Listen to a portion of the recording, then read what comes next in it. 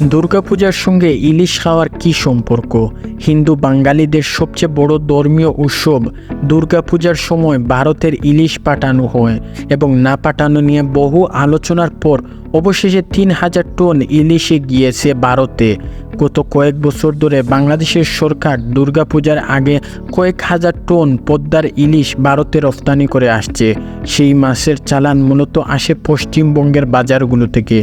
যদিও এর আগে সরকারের তরফ থেকে বলা হয়েছিল দেশের মানুষ যাতে দামি মাছ ইলিশ খেতে পারে, তাই ভারতে ইলিশ রপ্তানি করা হবে না। তবে শেষ পর্যন্ত সেই সিদ্ধান্ত থেকে সরকার দৃঢ় হয়ে এসেছেন। কিন্তু দুর্গাপূজার সঙ্গে সত্যি কি ইলিশ মাছ, আরও বিশেষ করে পদ্মার ইলিশ খাওয়ার কোনো যোগ আছে কিনা? বিশেষজ্ঞরা বলেছেন দুর্গাপূজায় যে ধর্মীয় আচার, সেখানে কোথাও ইলিশ মাছ বা পদ্মার ইলিশের প্রসঙ্গ নেই। সেটি মূলত প্রাচীন কাল থেকে চলে আসা একটি লেকচার, যা এখন বাংলাদেশিদের জন্য এক যুগে হুজুর পরিণত হয়েছে।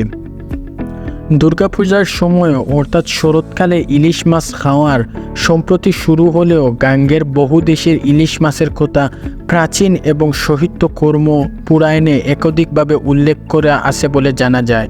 ইলিশ মাছ নিয়ে লেখা বই এবং ইলিশ পুরাণ পশ্চিমবঙ্গের ইলিশ গবেষণার দিকে বর্মম দিয়েছে এবং সেখান থেকে বিভিন্ন কিছু উল্লেখ করা হয়েছে। অর্থাৎ ইলিশ মাছ মধুর, স্নিগ্ধা এবং রুবন এবং বালবর্চ, পিওর কারি, কিশিং আরও অনেক পুষ্টিকর মাছের খাদ্য হিসাবে পরিণত।